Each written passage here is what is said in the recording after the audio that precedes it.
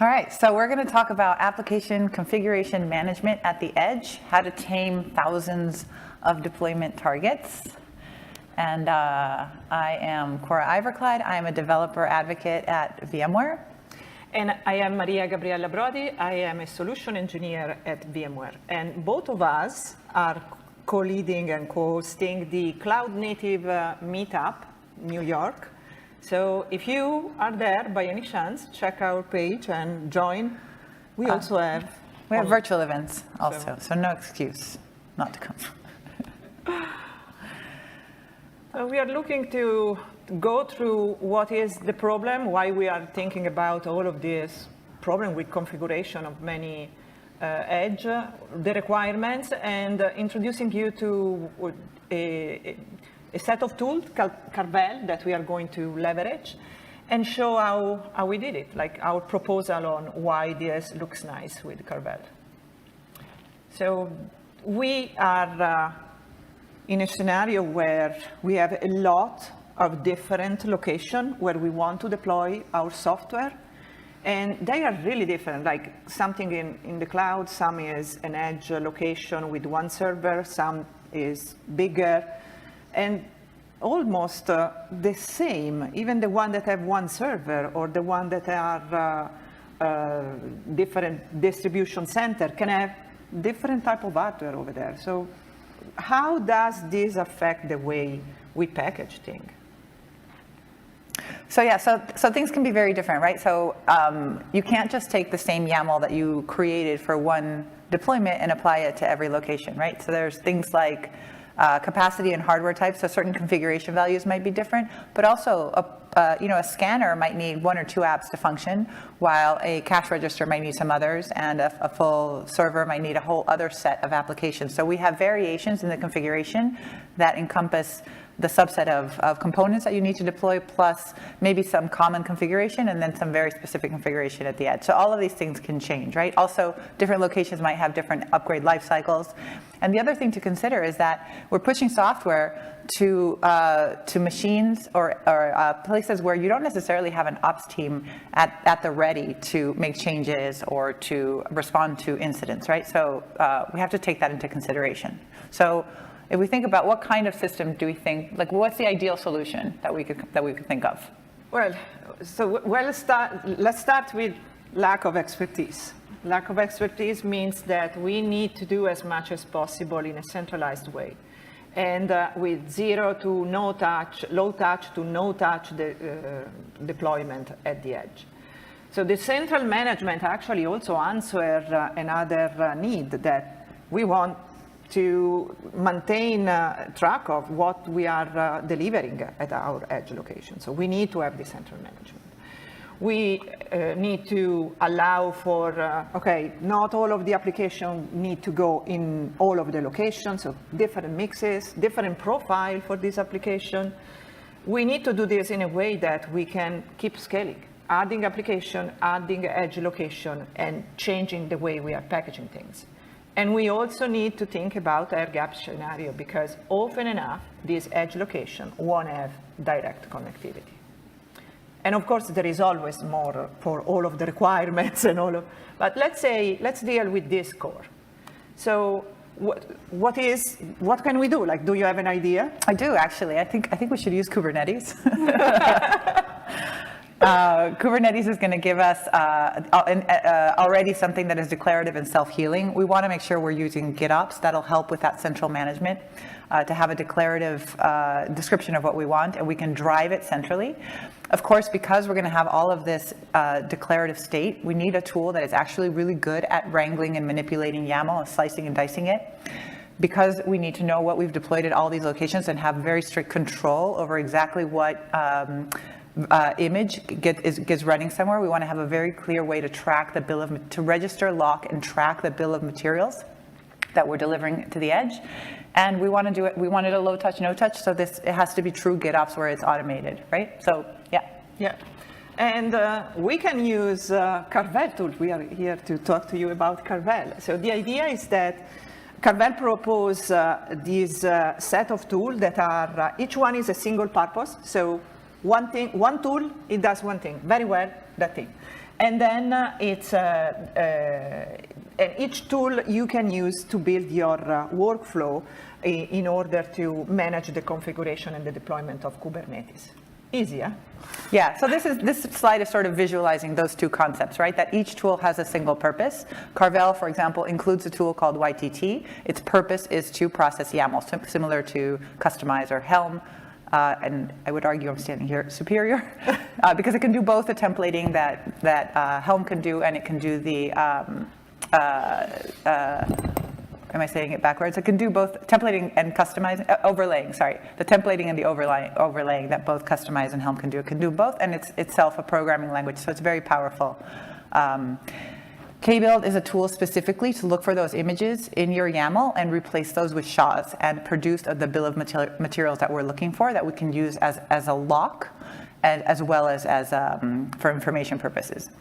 It has a tool to apply to Kubernetes, just to apply YAML in the same way you might use kubectl, but it takes a set of resources that you're applying together, and it gives you a way to control them as a whole as an application. So you delete them all, for example, at once, and you can apply that directly. So all of these tools are composable into a workflow because they ingest YAML and they emit YAML. And so because of that, they're also interoperable with any other tool of your choice that does the same. So we can see here, if you don't like YTT, if you're used to working with Helm, or if you have a lot of Helm defined applications already, you can still run your kbuild against that and resolve all your SHAs, right? If you prefer kubectl rather than cap, then mix and match as you like. And so anyway, you can build this workflow. And in this example, we're showing a workflow that ends in YAML that can be applied directly to Kubernetes. But that doesn't get us far enough for this edge scenario, because we don't want to send a bunch of YAML files to edge locations, right? We want to do a little bit better. So we are actually thinking about why can't we package it? Why can't we use a new tool, still from the Carvel tool set, that is image package. And this new tool, what it does is that it takes a set of configuration files. Actually, it takes files. And from those files, it creates an OCI image that contains exactly that file system. Think about FTP of a gzip file. This is what you're going to get. But this is something that you get through the registry. And it's an easy way to bring things to the edge. Like, for example, I'm bundling this file system inside an OCI file. I can then either use the replication from the registry, or if I don't have connectivity, I can save this on a USB and run out with my USB and all of the files that were originally in the container. Now, this doesn't sound safe. Of course, there are safeguards, I guess, around who can access your registry and pull the image. So the declarative, so right now, this is what we are using in order to build this configuration bundle with all of the files that we need to deploy to each location. When we want to consume this, we'd rather use some kind of declarative way, because of course we know that we want to go over a GitOps type of construct. Like, we can always, this is a CRD for Kubernetes, so we can always use this in an imperative way. But for sure, we can also do this in a GitOps approach. What we have over here is different way to fetch this. Like, we can fetch our bundle. And when we take your bundle, when we take the bundle from the registry in this case, but can also be from the file, we are going to apply some changes, manipulate with the tool that Cora was describing before. We are locking in specific SHA, so we know exactly that it's not version 2, it's this SHA. And we are deploying to the cluster. So this is how we can then describe and consume the package. And as before, we can also source this from different locations. We can use different mechanisms to work with the YAML file. So looks like we are close. Yeah, so we have a solution. We have a tool set that's going to help us do the packaging with the imperative tools and the unpackaging with the declarative. And so now we get to the problem at hand, right? Like, how do we avoid chaos when we're talking about all these edge locations? So what we're proposing is that look at your edge locations and try to group them into, we're calling it profiles.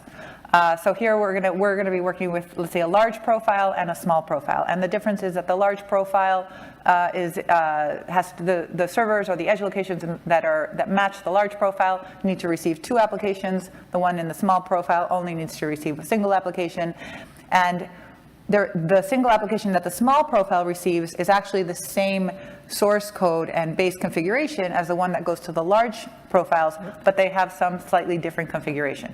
So here we see that concept is mapped to the way we organize our files on our file system, right? These could be different Git repos. I mean, we're just showing it off of one root, but you can slice that into different repos depending on your RBAC and things like that.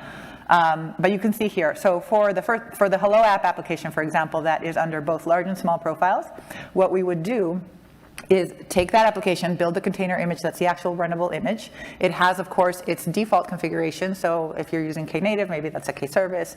If you're just using, maybe a service deployment ingress, whatever that is. And then we have some values that are specific to these profiles, but common to all. So we're going to take those 3 pieces of input, and we're going to use image package to generate for each application, for each profile, a package. So at the end of this, we would end up with 5 bundles in our registry, right? So for the large, in this picture, we would have 3 bundles, but we still don't want to be in the position of sending 3 different artifacts to an edge location, right? Remember that low touch, no touch, really simple experience?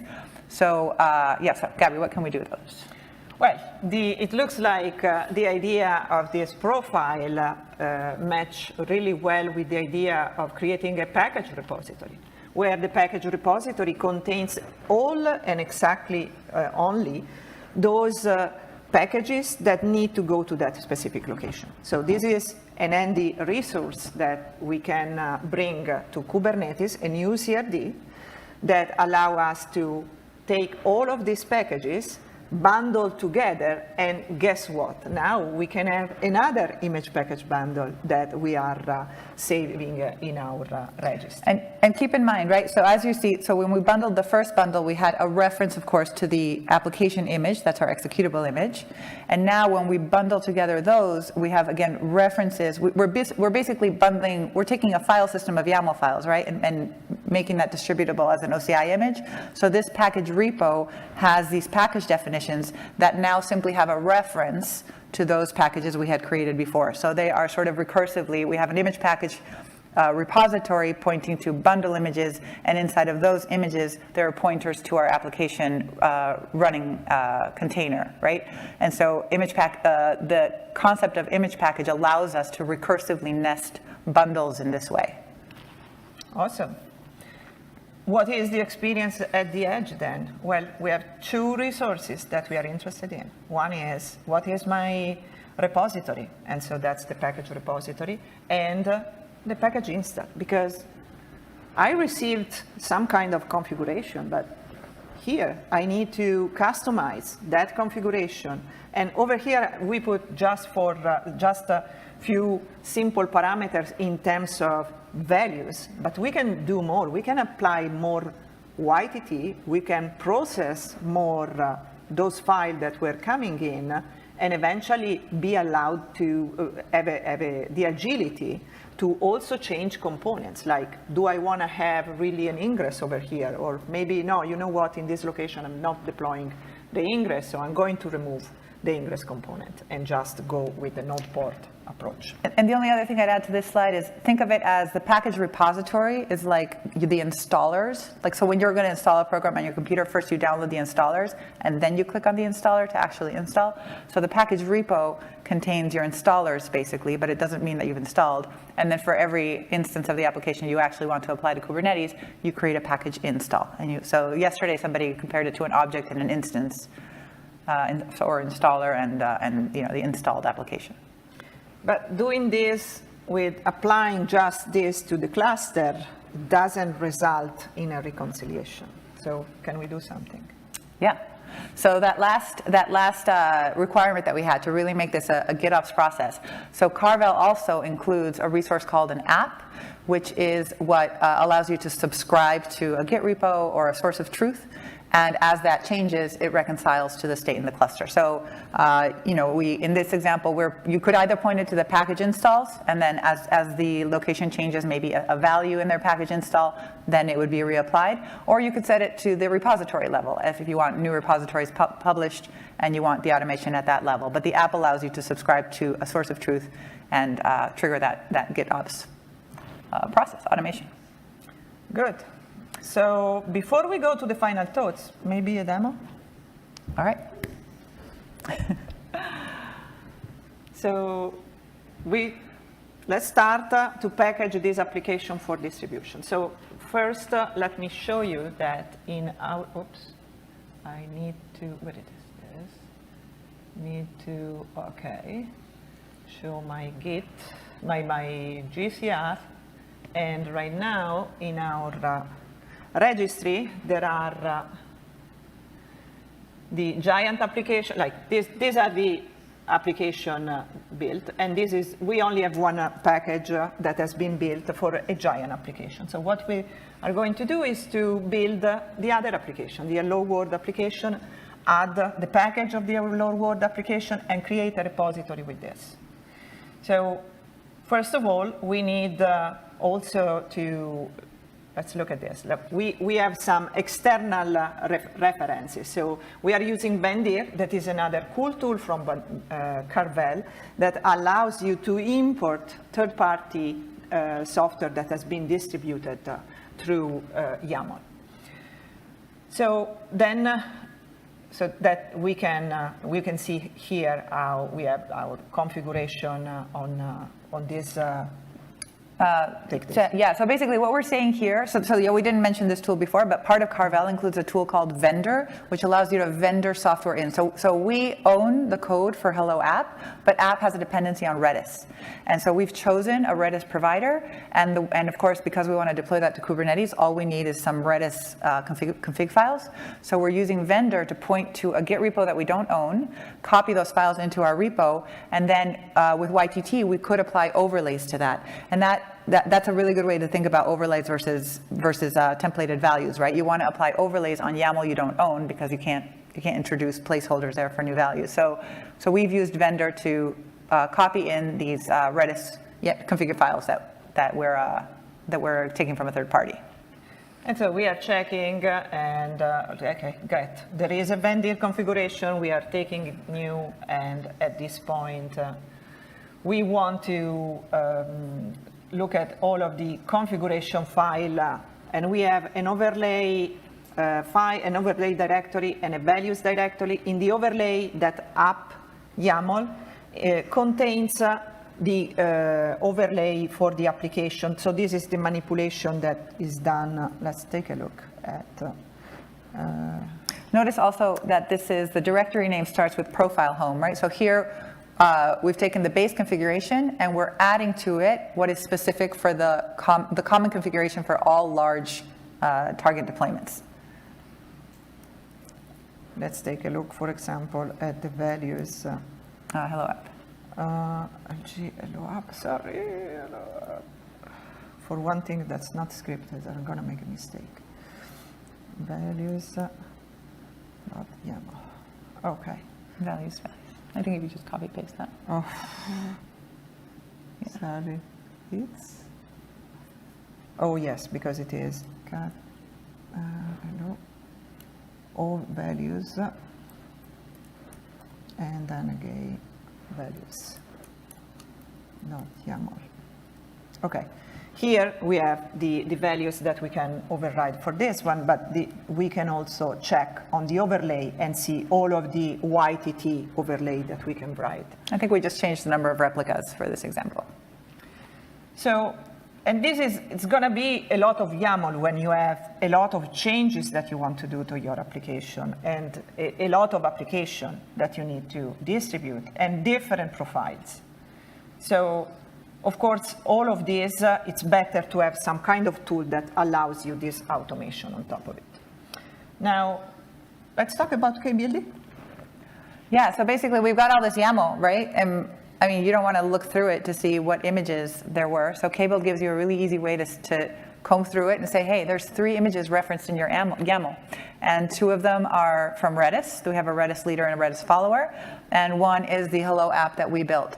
So the cool thing about K-build is that if our Hello, we have the source code for Hello app. If that app is not built, we can actually configure K-build to build it for us, whether with a Docker file or with build packs, or you have a little bit of choice there about how it orchestrates the build for you. Or if you have already built it and if you have already resolved these images to a SHA at a prior point, you can take that bill of materials and tell K-build, hey, just go ahead and use these SHAs that I had already locked in at a prior point in time. But so this is K-build looking through and helping us to resolve those decisions. And specifically, we have this image file already present in our machine, so it's not going to override it. It's just going to read it and say, oh, this is just resolved. I'm going to use the same. So, and this is what it looks like. And so this file will accompany your application throughout its life. So we're not actually modifying the YAML with those original image names and tags, but we're accompanying the application with a new lock file that K-build will always be able to resolve, or that actually that image package, when it unbundles, will always be able to resolve into the final YAML.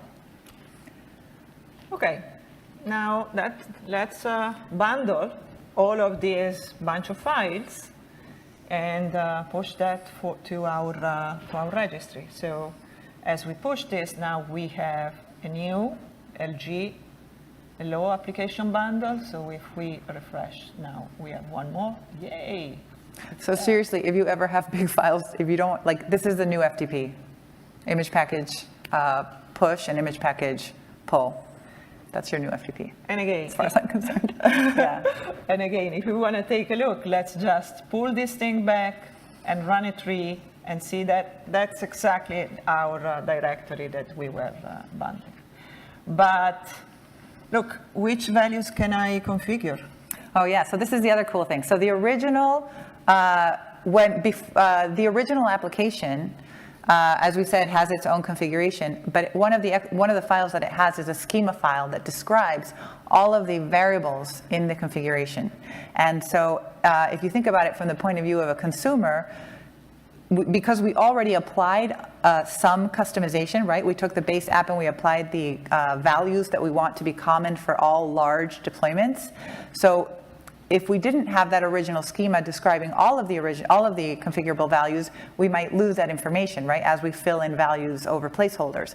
But because there is a schema included with the application, these tools give us the ability to inquire and say, what are all the originally configurable values? And because all of the original files are there with the overlays separately to be re-rendered at the destination, we can still have the ability to change any of those values. So we can find out the schema and still change them all.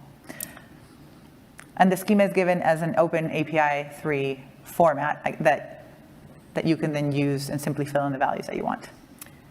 So now we want to use Carvel essentially to manage all of this. And let's start to put all these 2 packages that we built for the one that we built right now for the Hello app and the previous one.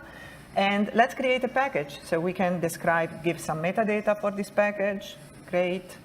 And then we can then take our package configuration, that reference to our bundle, as well as the configuration of the other, okay.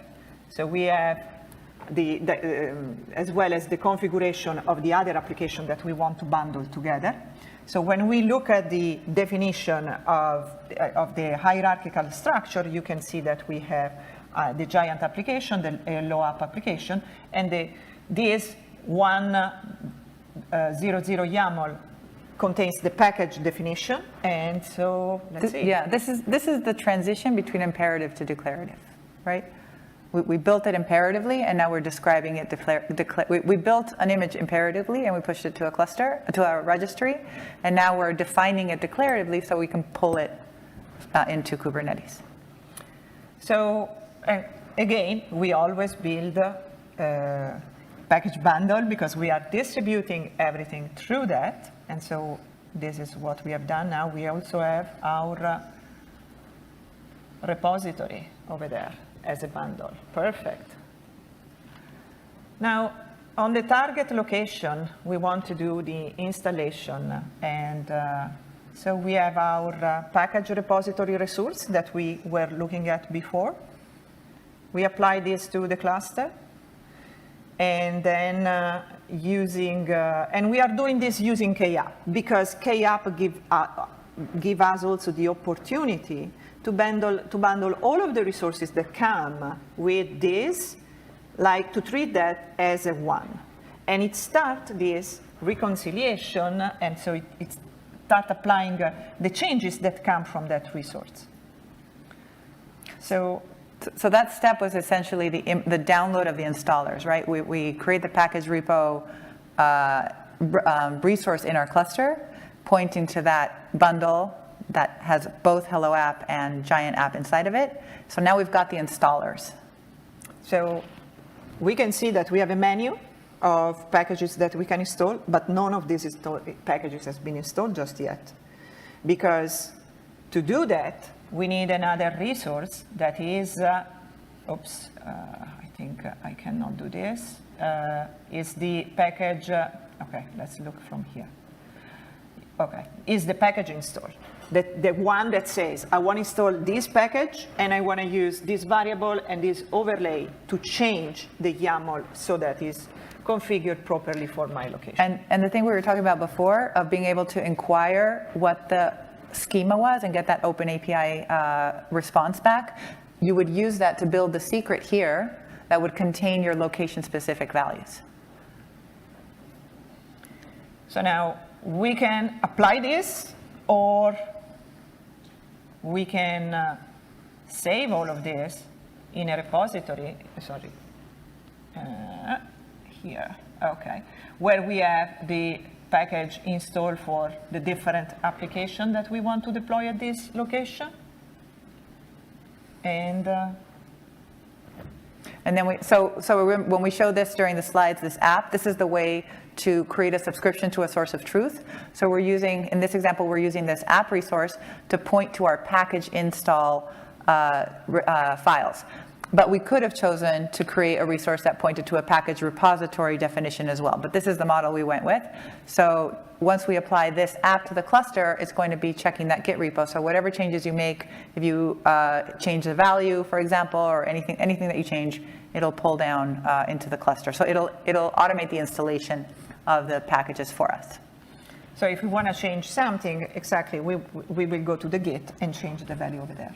Now, we have the package repository, we have a list of package, and we also have a list of package install. So the app did that, right? We applied the app resource, it checked GitHub, it found 2 package install YAMLs, it applied them for us, and then Cap Controller, which is the Carvel tool that's operating this in the cluster, applied those files and did all of the unfurling of what we had furled, right? We took source code, we used some YTT, we used some kbuild, we image packaged, and now declaratively within the cluster, it undoes all of that. It pulls out it unzips the image package, it applies YTT again to render our YAML, it uses kbuild to make sure we're all using the right SHAs, so it renders the right YAML, and then it uses Cap to apply it. And that was the set of tools we saw in the package CRD, right? Localhost 881, yeah. So there's our app. So, and this is, right. Okay, next. Yeah, so last demo. Yeah, what if your environment is air-gapped? Because right now all those bundles are on some public repo. How does Carvel help you if your environment is air-gapped? So let's go back to my here, and let's go back to, there is no temp. We are using the same repository, but the same registry, but of course you change the value. So now we are pointing this to Edge registry that's just the same, but the name is temp. So let's see how this is going to play out. So we've shown you the use of image package push, which takes files from your local file system, bundles them into an OCI image, and pushes them to a registry. We showed image package pull, which takes those and extracts them locally if you want to look at them. And now this is image package copy. So copy is going to go from one registry and move all those images to another. And the cool thing is, remember that we said that image packages can be recursive, right? So you bundle, the repository contains 2 image package bundles, and each one of those is actually pointing to another image, which is the application image. So as you'll notice, when it copied, it copies 7 that are exactly the one that we had originally inside our base project. And now we have this new temp, and if we look inside this, well, you can't recognize those, but those are exactly all of the SHA with the images that we need to use.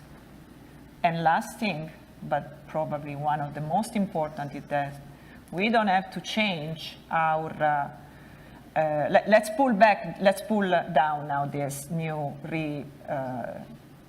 transported repository and check what is in it. And specifically, let's take a look at this. And look at what does it say over here. So when you copied the bundle from a public repository to an air-gapped repository, it modified the lock file inside. It modified the bill of materials, so that now the bill of materials says you got to point to the copies.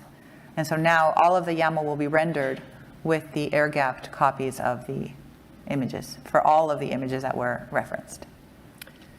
So yeah. Final thoughts.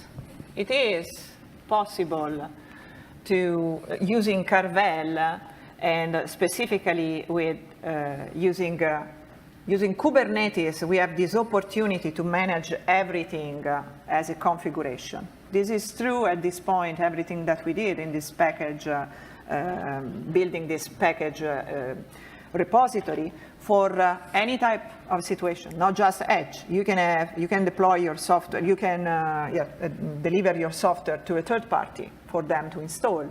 And of course, this is going to apply as well. Because the configuration at this point, it is your software. And as YTT is really powerful, is a programming language with if construct and all of those great things, you really are not only writing, like the output is the configuration as a code, but you are actually coding it for real. So any package delivery, but yeah, we see. So this is an example. I guess we wanted to show you an example where Carvel is being used to package and distribute software in the wild. This is not the only example, but being from VMware, this is the one that we work with on a daily basis. So VMware sort of flagship modern application platform, Tanzu application platform. This is the way that it packages itself for distribution and delivery. So if you ever install this product, you will recognize the patterns that we have shown you today. And what we did was modify it for edge by creating this concept of grouping your edge locations and applying some configuration before. So VMware is using it for software packaging and distribution for just to end users, so all of the concepts that because on Kubernetes configuration is software, the same concepts are true for software packaging and distribution. And with a few modifications, it can work well for sort of varied edge locations. So actually, we covered the image package air gap right this morning. So that's done. That's done. And we should also think about how now we can move from GitOps to registry ops, leveraging the power of image package. There is a link to our repository over there, repository over there. So that is, Thank you very much.